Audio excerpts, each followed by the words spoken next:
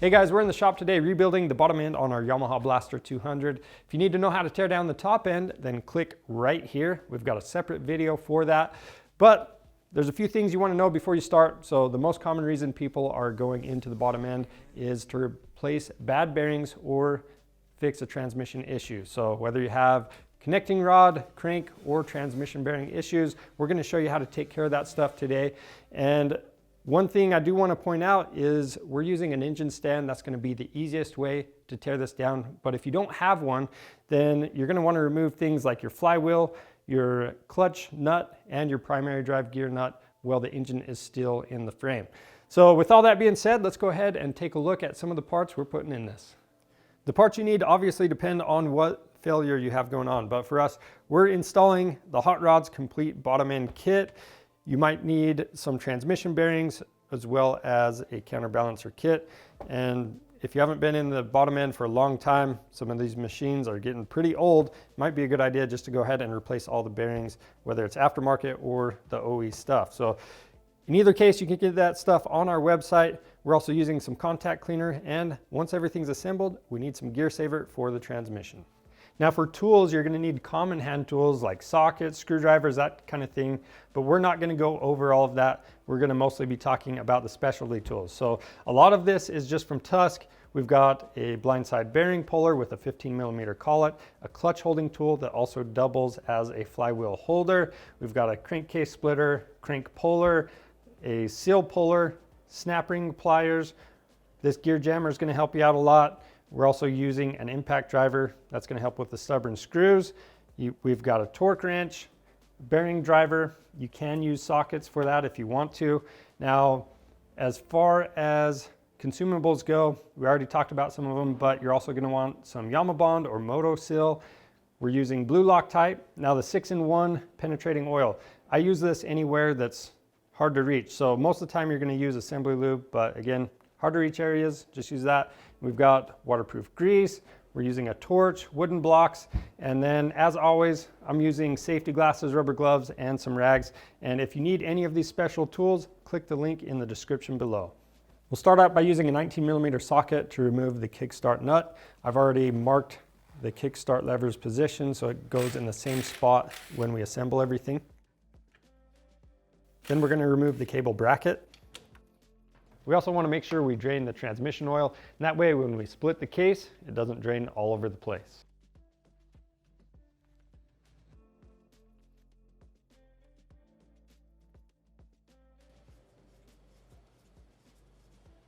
So on the other side of the engine, you'll see these wires coming from the magneto or stator, and we need to disconnect them. So you've got this strap, you want to loosen that up, and all these wires are color coded. So you just need to undo them. They should be pretty easy to get back in the right places.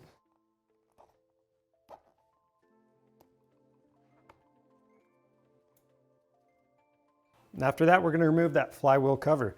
And if any of these bolts are stubborn in there, you can use an impact driver to help get those out.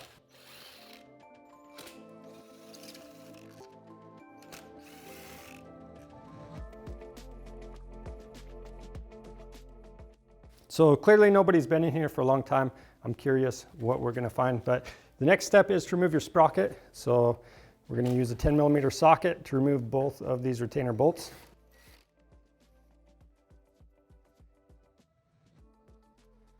And we'll slide the sprocket off. Same thing with the shift lever. I'm going to mark where it's at so we get it in the same spot. We're going to remove that as well.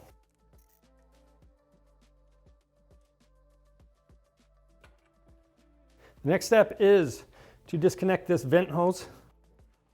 That's on there pretty good. With that out of the way, we need to remove the motor mount. So we've got 3 small bolt in the bottom, big bolt in the front, big bolt in the back. So this one on bottom, we're using a 12mm socket on it.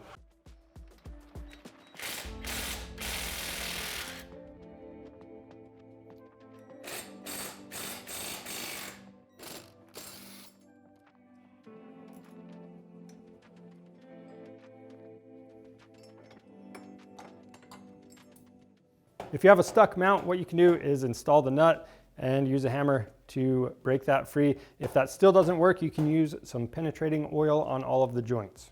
Now that we got the rear mount to budge, we need to support the machine with a jack because that rear mount actually supports some of the weight of the vehicle.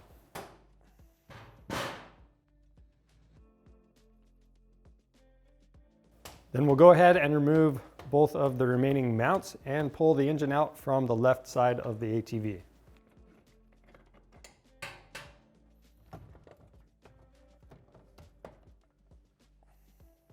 Now that we have the engine over at the bench, we've gone ahead and cleaned this off and mounted it onto our stand. So the next step for us, since we didn't pull this oil pump cover off already, we need to do that with our number 3 Phillips screwdriver.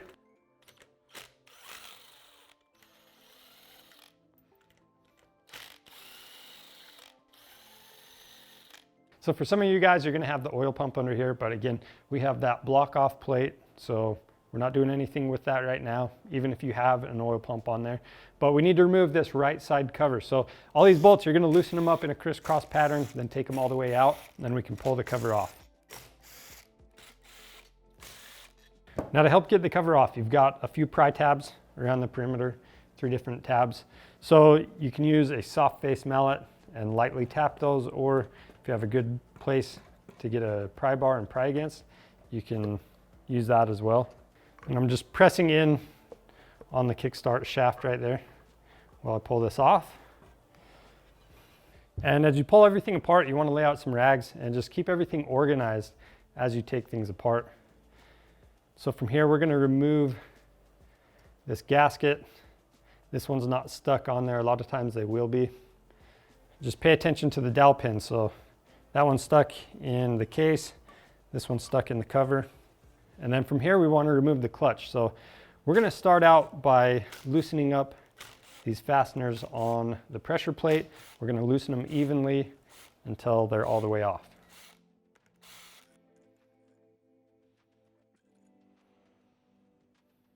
So now we can pull the pressure plate off. You're going to have a push rod attached to this. So on the end of this push rod, there's a little BB down in there. You're going to have to get a little magnetized screwdriver to pull that out. And that BB, it just separates another push rod on the other side. So it's actually stuck down in there. I'm going to get it out in a later step, but just be aware of it because you don't want it to roll out and lose it. So after that, I'm going to remove the clutch pack. I'm just grabbing on the very end and pulling the whole thing out as an assembly. Now remember, there's a judder spring inside of here. So you need to make sure this is in the correct orientation. We're just setting this down on the pressure plate. Now for the clutch hub, you have a lock washer on here. We need to bend this tab down before we loosen the nut. So I'm just going to use a small chisel. You could also use a little screwdriver if you had to.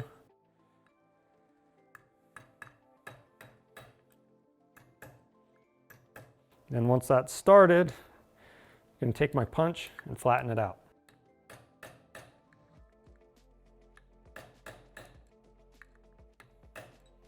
So that's far enough right there. Now to loosen this nut, we're using this Tusk clutch holding tool, and we're just going to clamp this in between the splines on the hub. You don't want to clamp too tight. You just want to put these clamps straight across from each other and lightly clamp it down just so there's no play. Then we've got our 22mm socket. We're going to loosen this up.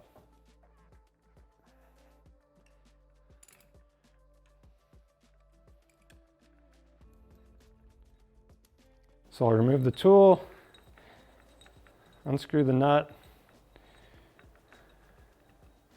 We'll take this washer off. A lot of times it's a good idea to replace this when you go back together. Remove the clutch hub, and then be aware, sometimes this big washer, it'll stick to the hub and fall off, so pay attention to that. And then you've got the clutch basket. So with the basket, again, you're going to have, we have that washer. We also have a shim, so you don't want to lose that stuff.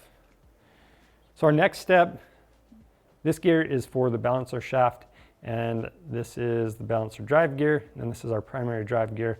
We need to get this stuff off. So this one's the same thing. We need to bend the tab over And then we're going to loosen both of these nuts. You can either use your flywheel holding tool to break these free, but for us, we're actually going to use a gear jammer right here.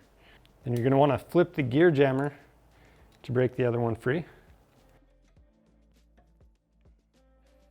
So with those loosened up, we'll buzz them off.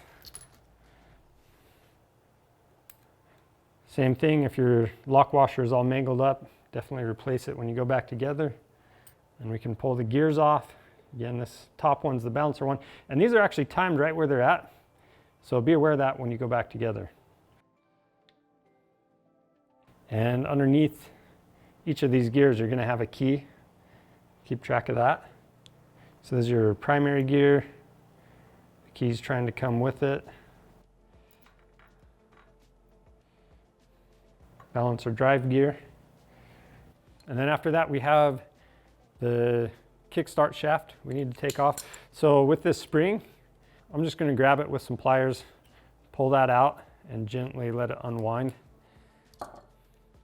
And then we're going to be able to pull this out. You're going to have to line these teeth up, and you might have to rotate this back counterclockwise a little bit as you pull it out. Then we have this idler gear, so we're going to use our snap ring pliers. You always want to replace snap rings anytime they're taken off. Then we have this washer. We're going to pull the gear off. And on the back side, this washer actually stuck to our gear.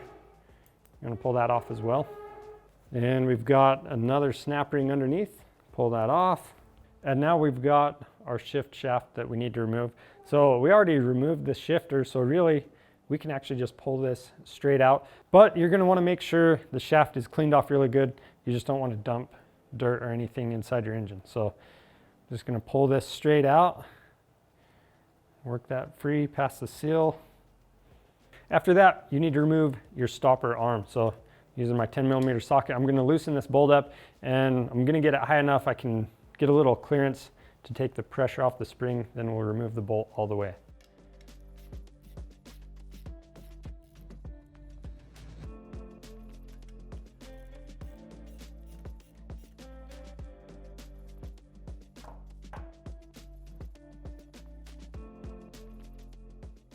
After that, we need to remove the bearing retainers. So we're going to start with this retainer on the main shaft, number 3 Phillips.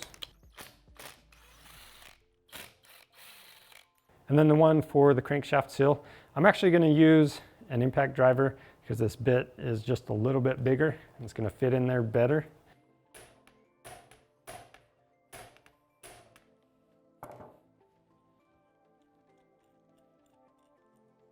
And then from here, this star wheel, when we split the case, we're going to have to make sure this is aligned with the slots in the case. Otherwise, it's going to hang up. So I'm going to line that up now just so I don't forget. We need to go to the other side and remove the flywheel. So to remove the flywheel, the clutch holding tool doubles as a flywheel holding tool. So I'm going to adjust that up. Again, we're going to lightly clamp it in there. And we've got our 17mm socket. We're going to loosen that up.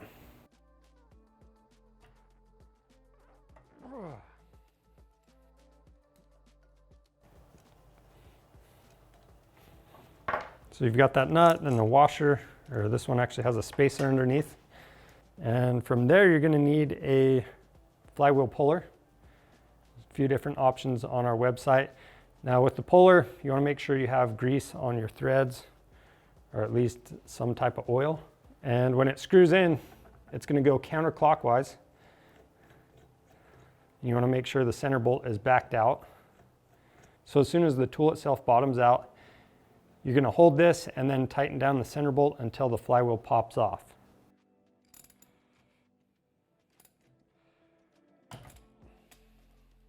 And when it comes to this step, you want to make sure you have this tool. If you don't and you try to pull this off, you're probably going to damage it. And just be aware. So this has magnets in there. So you're going to have to pull a little bit to get that off. So next you have your stator plate. So we pretty clearly have a mark right here where this is timed, and we're going to put it back to that spot. If you don't see that on yours, definitely make a mark. And then again, we're gonna loosen up these number 3 Phillips. And if these are super tight, you're gonna wanna use that impact driver.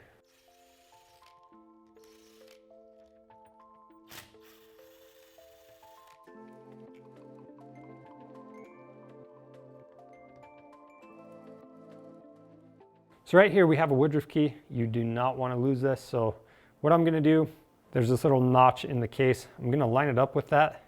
I'm going to use a punch to hit the back side of it, and it should pop it up.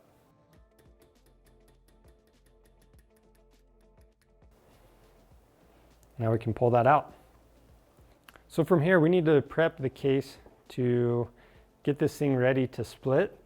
So all of your hardware, that's going to be on this side. So you have all of these screws with the number 3 Phillips heads on them.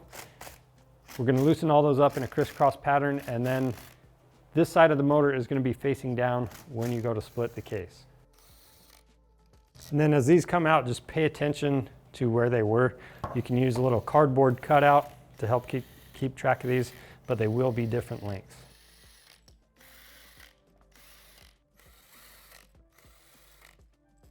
Now to remove this actuating arm, I'm going to pull it forward just a little bit. We still have that remaining push rod in there. That's going to push it out away. And then we need to pull this up. So I'm going to pull the spring away from it just a little bit using some pliers. We're going to work this up. Got the spring and our washer on top. And then we're going to flip this around and we're going to pull that BB and the push rod out. So we got the BB right there. Again, you're going to need something magnetized. So this one was in there pretty good. So we tipped the motor down to have gravity help pull this out. Now we're going to use our crankcase splitter. This is a must-have tool for this job. We're going to set this over the crankshaft. I'm going to back off the center bolt until this can sit flush with our case. And then from there, you just want to find 3 mounting bolts that can kind of make a Y with these arms on the puller. We're going to use these included studs. We'll thread these in as far as we can go.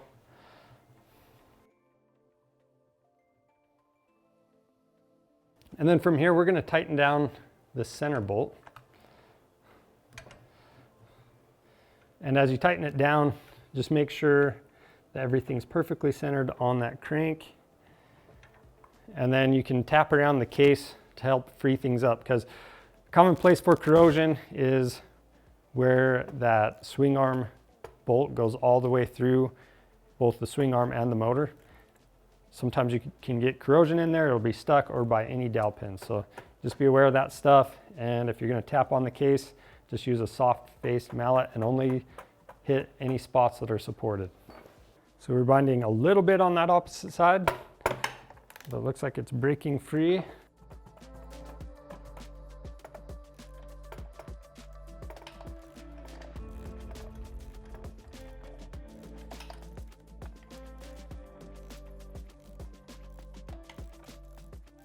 So that broke free. We're going to go ahead and remove our case splitter. Now we can pull the case off, and you're going to want to press on these shafts as you pull it out. That's going to help keep everything in place. Now I'm going to remove this collar from our crank seal. You can remove this before you split the case, but this was just easier to grab onto once we split it. And now before we take anything else off, we do want to verify that we have both dowel pins. These can stick to the other case half, so just be aware of those. Next, remove the guide bars, shift forks, and the shift cam. Pay attention to how everything comes out.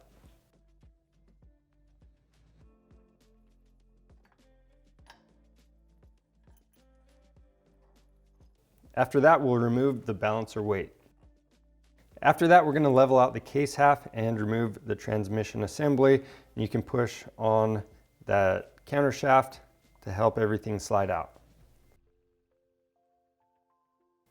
The next step is to remove the crankshaft from the case half, and we're going to use that crankcase splitter again to do that.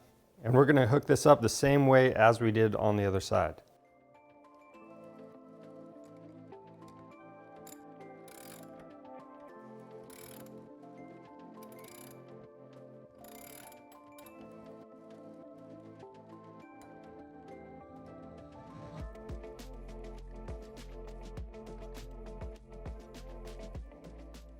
Now I'm going to remove the case half.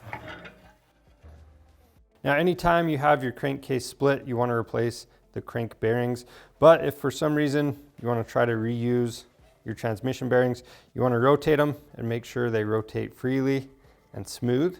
If there's any grinding or side to side or up and down play, you definitely want to get them replaced.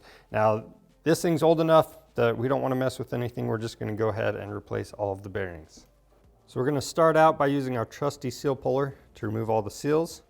When you do this, pay attention to the orientation of all the seals, and just be careful that you don't go too deep with the tool. You don't want to damage this surface.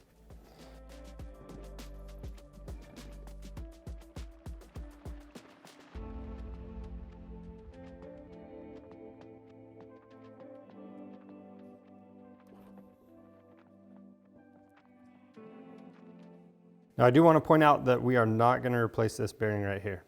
Next, I'm going to remove the dowel pins from the case half. And then we're just going to lightly clean these up. We want to spray any oil off of these.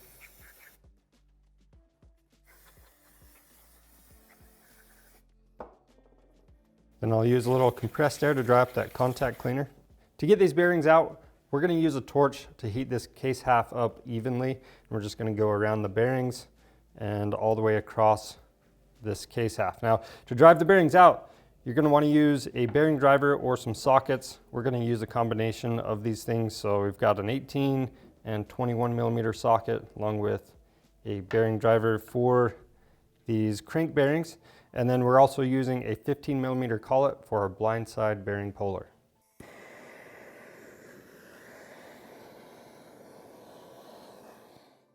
So I'm going to lay this flat and drive out the main bearing first.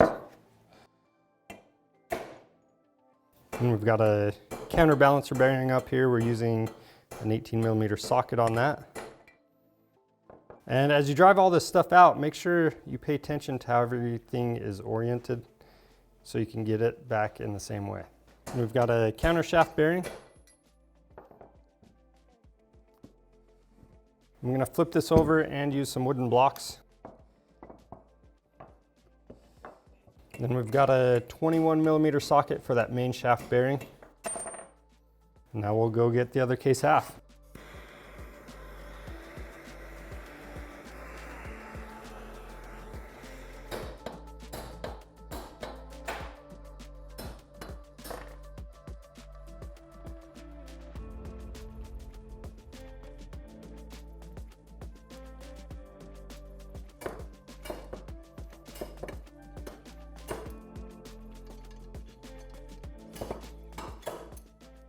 Now as you go together, you want to match up the new bearings with the old ones you took out. So this is our main bearing, or main shaft bearing for the clutch side of our case half.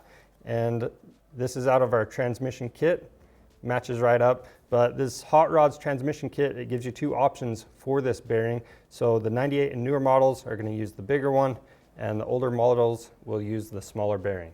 Now we're going to go through and clean up all of our parts. Now keep in mind, with any sealing surfaces, you want to clean those off, and you can use a gasket scraper, or with the silicone, maybe even a soft bristle brush.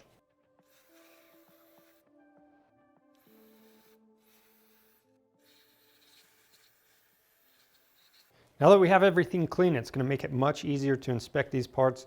Now I'm just going to show you a few principles, and you're going to use them for the rest of your parts in your engine. And we're not going to cover every single little thing. So if you want more detail or more information, you can check your manual. But we're going to start out with this crankcase half. So one of the things you want to look for is make sure there's no cracks in this. Now that's different than casting marks. So you can see we have all kinds of casting marks. They're not cracks, and that's fine. Next thing you want to check is the bearing surfaces. So if you have a spun bearing, you're going to see a lot of damage in here and galling. You want to make sure that's not in there. So ours is looking good. You also want to make sure that the gasket or the sealing surface is completely flat and that there's no gouges or anything like that in there. So we're good on that. Moving on, we've got our crankshaft here, and if you're going in the bottom end, you probably already know if this is good or bad. But just real briefly, I want to point out that if you have any up and down play at all in the connecting rod, you definitely want to replace this. You can take a measurement. Your spec is going to be 0.4 to 0.7 millimeters on the side clearance. So that's right between that crank wheel and your connecting rod. So we can't fit that in. We know we're good, but if you're over that, you definitely need to replace this. Now the next thing I want to talk about is snap rings. You always want to replace those once they've been removed. Moving on to the transmission, as we inspect these gears, you're going to want to apply these same inspections to any of the gears in the engine. But you want to inspect these for visible damage. So if there's any signs of material being pulled up, there's sharp edges, or even missing teeth, you definitely want to get them replaced. Now, if you want more information about this stuff, we do have a general transmission inspection and rebuilding video. So go check that out. But the next thing you want to look at, you're going to have sliding gears.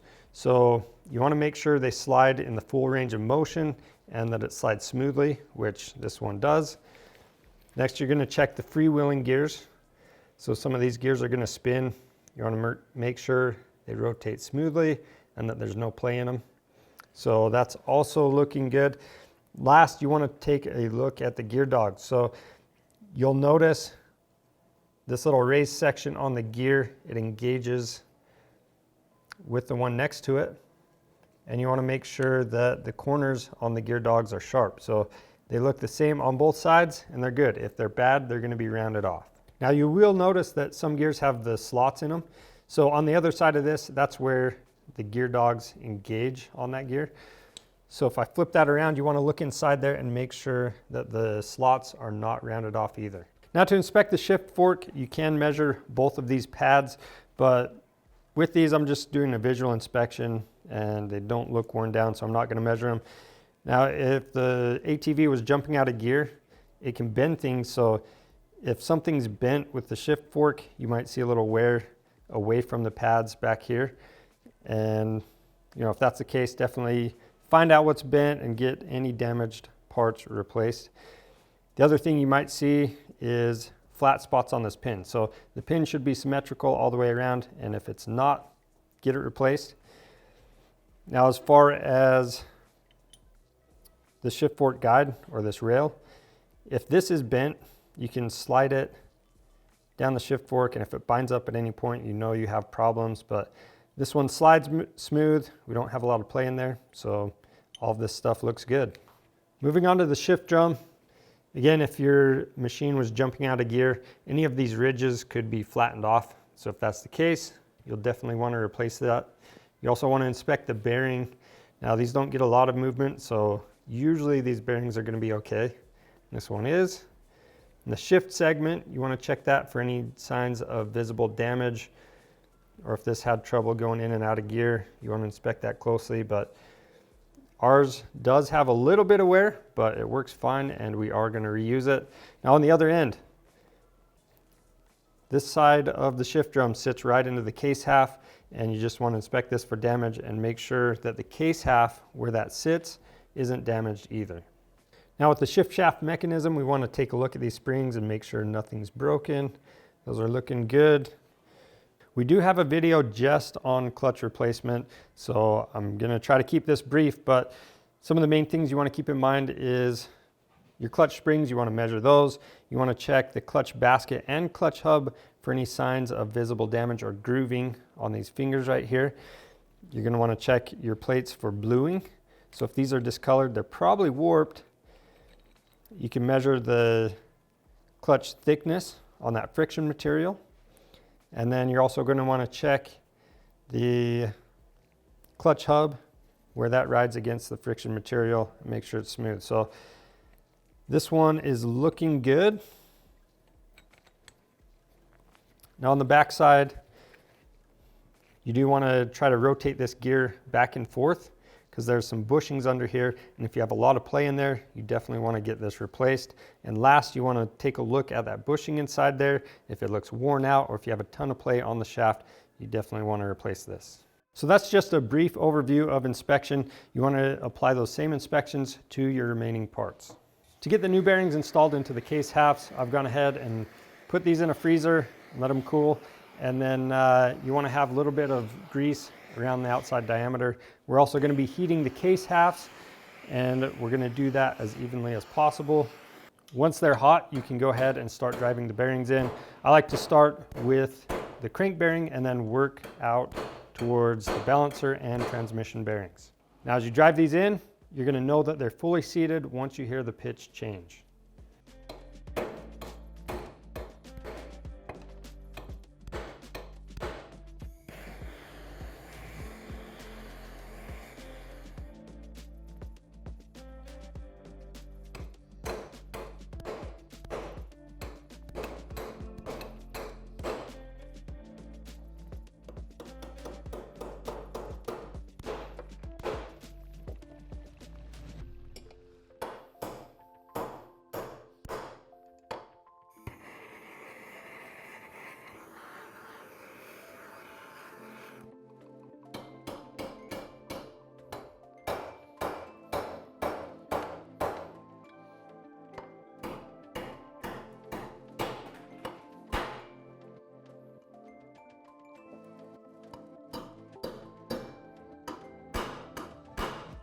Now with the seals, we've gone ahead and matched these up with the ones that came out already.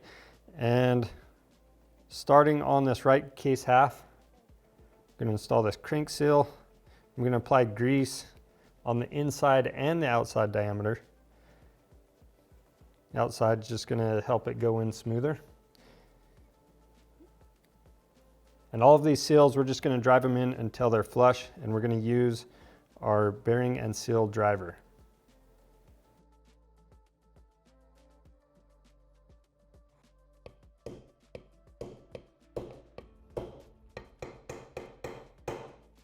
So for the magneto side crank seal, that flat side or closed side is going to be facing out.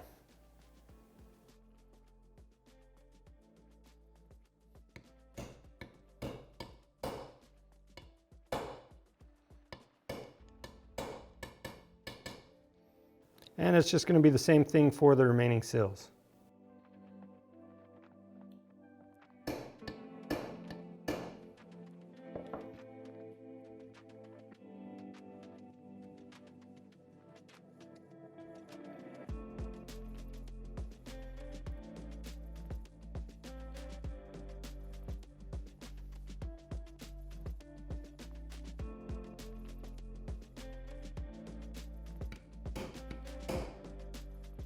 To install the crankshaft, what I like to do is freeze the crank, and then I'll set a bearing driver on a hot plate, and then I'm going to use the handle, pick that up, and I set that on the crank bearing. I'm going to rotate that until the bearing actually stops. That's actually going to warm it up and expand it, and then the crank should drop right in and you should hear it bottom out. Now if it doesn't bottom out, you're still going to need to use that crank puller. After that, we're going to lube up the remaining bearings.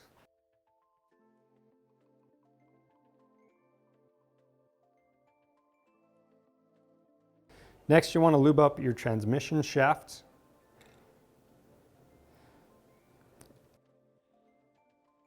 And then we're going to install these as a set. So what we did, we installed an O-ring on the end of the counter shaft and applied some grease around there so it doesn't tear the seal.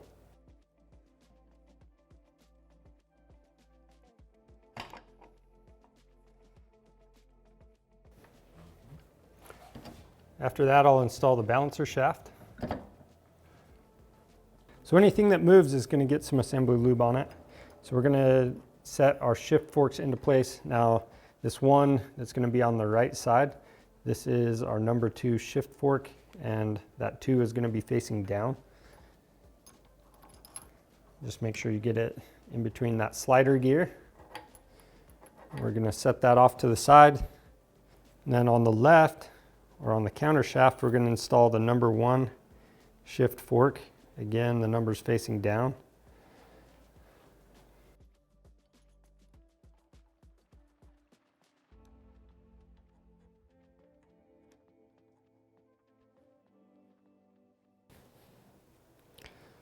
And last we have the number 3 shift fork. And just to make this easier, I need to level out the engine right now.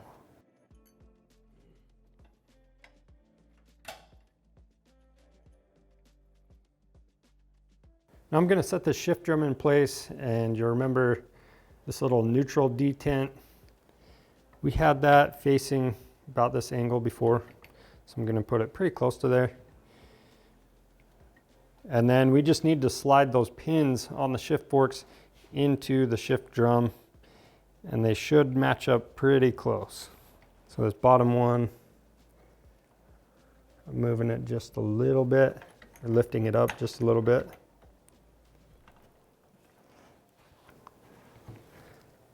And same thing with the middle. And for the shift fork shaft, just going to lube it up and install both of them. Keep in mind that circlip, that's going to be facing up once this is installed.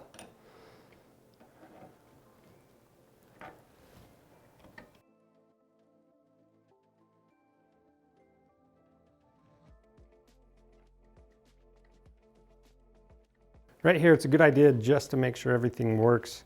We're going to move the shift drum through its full range of motion, but you're also going to have to rotate the transmission. So it goes through the full range. We know we're good, so we can keep assembling.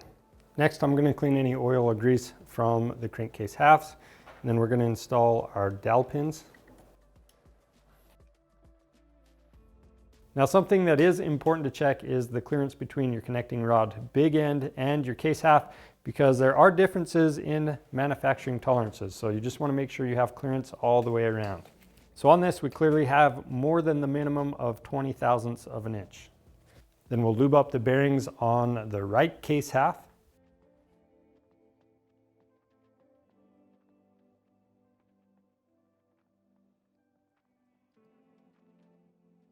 Once we've done that, we're going to apply a very thin coat of silicone sealant to this. Now we can install the right case half. Just make sure everything is lined up. You might have to rotate these shafts as you install it. And then once our crank bearing hits the crank, we're going to use our crankcase installation tool.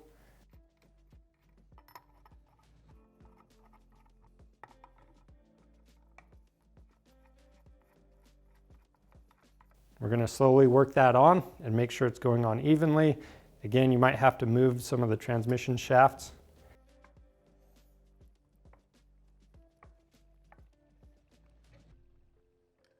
Now that our case half is seated, we need to make sure that the shift drum can go through its full range of motion.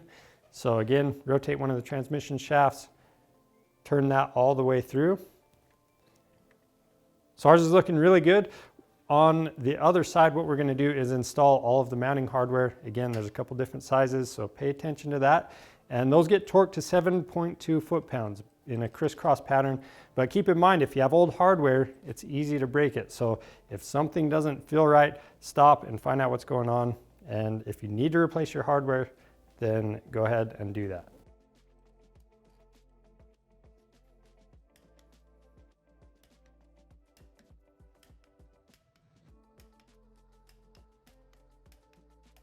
The next step is to install the bearing stoppers, and these small screws, they're going to have some Loctite on them. Torque these to 7.2 foot-pounds.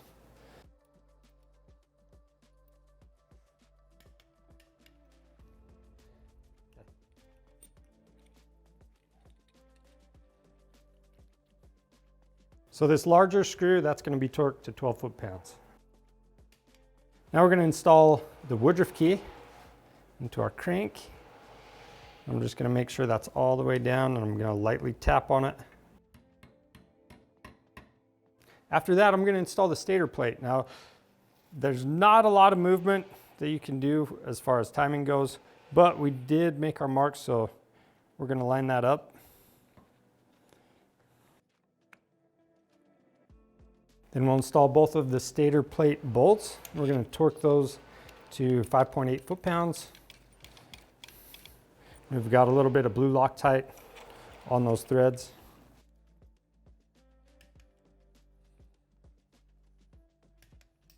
Next, we're going to install our flywheel. You want to make sure that the notch is lined up with the Woodruff key on that taper.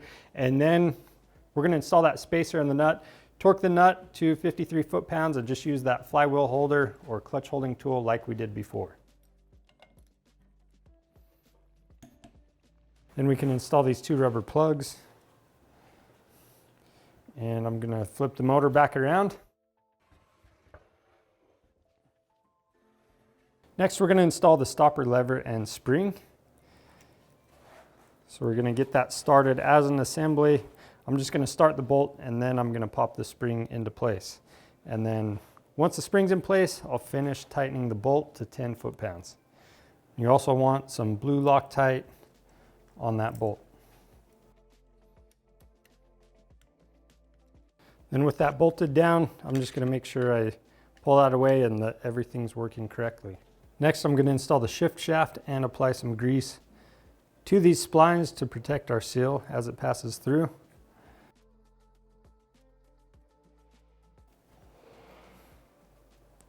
Then we're going to align one spring on that post. And then this should align with that star wheel on our shift drum. Next, we have our kickstart gears. So first thing we want to do is install a new circlip. The sharp edge on this one is going to face towards the case half.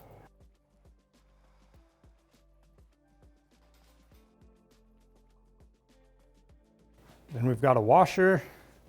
Apply some assembly lube to that, as well as the bushing on the gear. Set that in place. We've got another washer.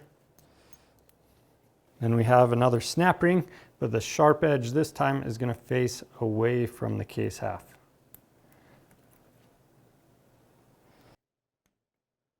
Now for the kickstart axle, we're going to lube up the case.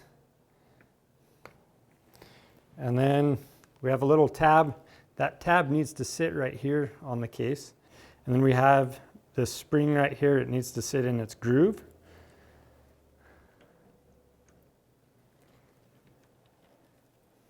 And once I have everything lined up, before I press this all the way down in, I'm going to wind up this spring and it's going to sit in that hole.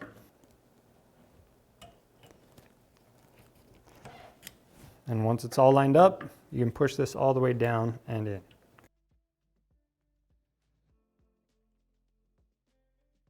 Just to verify that it works, I'm going to install the kickstart shaft. The gear comes out, it engages the idler, so we know we're good. Next, we can install our collar. I'm using a socket to help push it on. And we've got our key, the balancer drive gear, and the dot will face out. Primary drive gear and the cutout is going to be facing out. And we've got the nut. Then for the balancer driven gear, we need to time this as we go together. So we need to make sure these dots line up.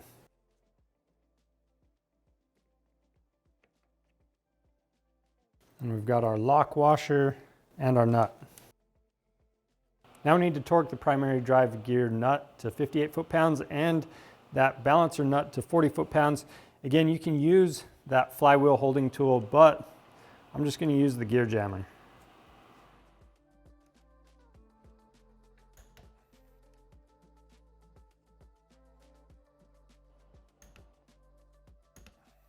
Then we'll bend our lock washer tab down.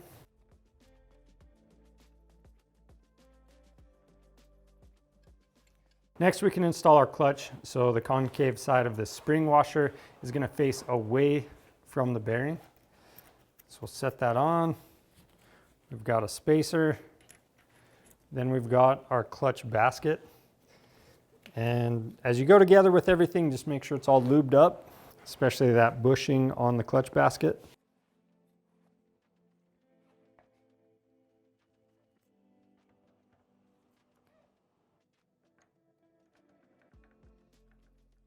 So I just moved that idler gear, helped the basket slide right on. After that, we've got a spacer and then our clutch hub.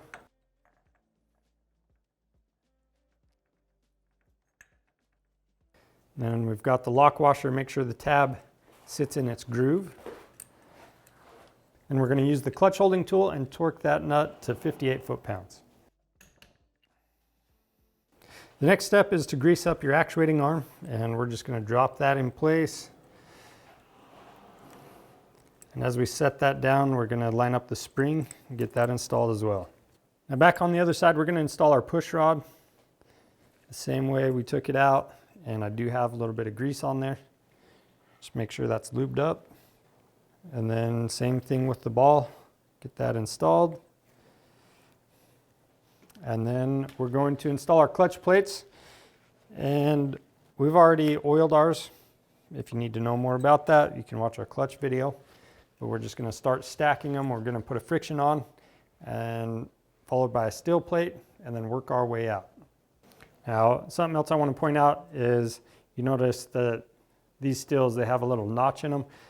So as we put these on, we're going to rotate the notch every time all the way around. Then we also have this judder spring right there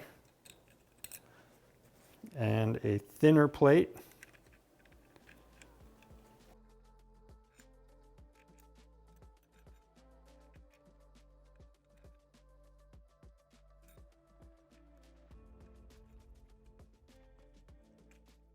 So next thing you'll notice in the clutch hub, you've got a little dot. So the dot on the pressure plate needs to line up with that as you set this into place. Then we're going to install the clutch springs and bolts, and we're going to torque these in a crisscross pattern in a couple steps to 4.3 foot-pounds.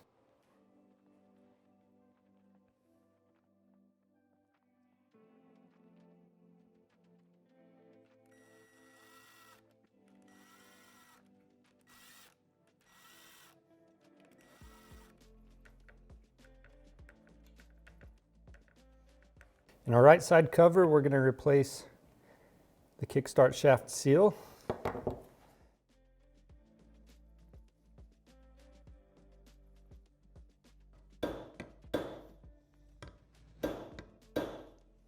I'm also greasing where that shaft rides. Next, we'll install the dowel pins and the gasket.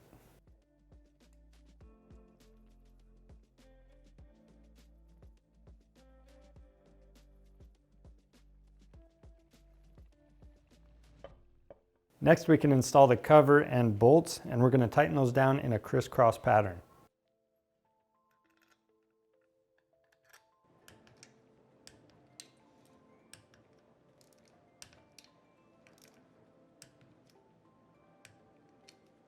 After that, if you still have an oil pump, make sure that gets back on, and then you can install this cover.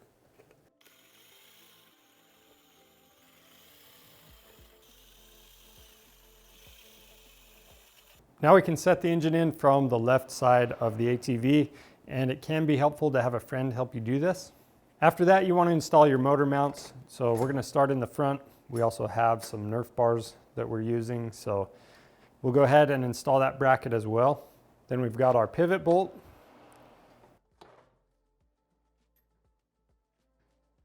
And the rear mounting bolt. Now that we have those loosely installed, we need to finish installing our Nerf bars, and then we can torque the mounting bolts down. The front one's going to be 33 foot-pounds.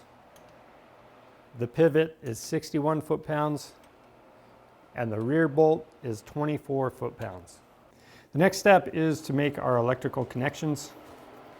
And again, these are all color-coded, so just match up the colors and snap them together.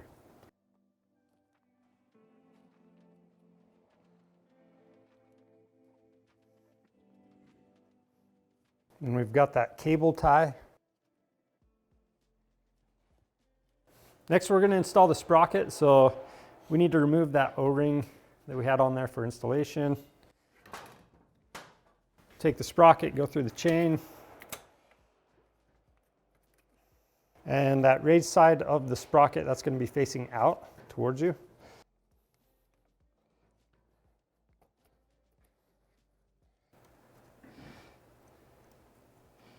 And we've got our new retainer plate that came in the kit. We'll line that up with the mounting holes and install both of those bolts. We'll torque those to 7.2 foot-pounds. After that, we're going to install our side cover. We've got the wire bracket in this location.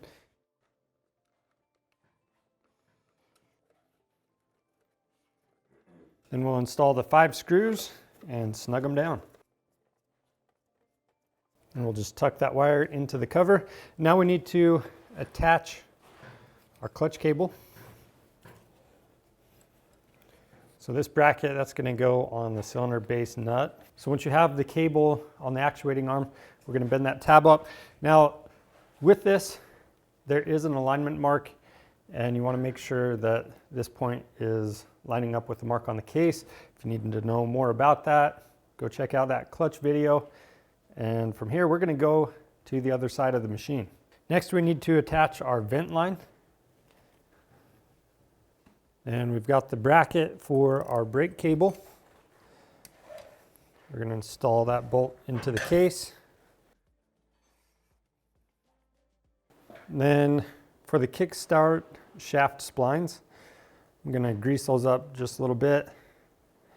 You could use anti-seize as well. Reinstall the Kickstarter. And then we're going to apply some blue Loctite to these threads, and we're going to tighten the bolt down.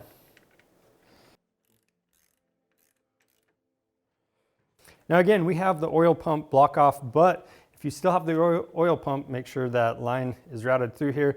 And before you hook that line up to the carburetor, you want to follow the bleeding procedure that's outlined in your manual. Basically, there's a bleeder, you're going to open it up and then make sure this line is completely filled with oil. The last thing you want to do is reinstall your shift lever, and that's all there is to rebuilding the bottom end on your Yamaha Blaster. If you need any parts for it, we have all those parts on our website, so go check that out. If you need help with your top end, you're going to want to watch our top end video, subscribe to our channel, give us a thumbs up if this helped out, and if you have any questions, just leave those down in the comments below. I'm Charles with Rocky Mountain ATV MC. Thanks for watching.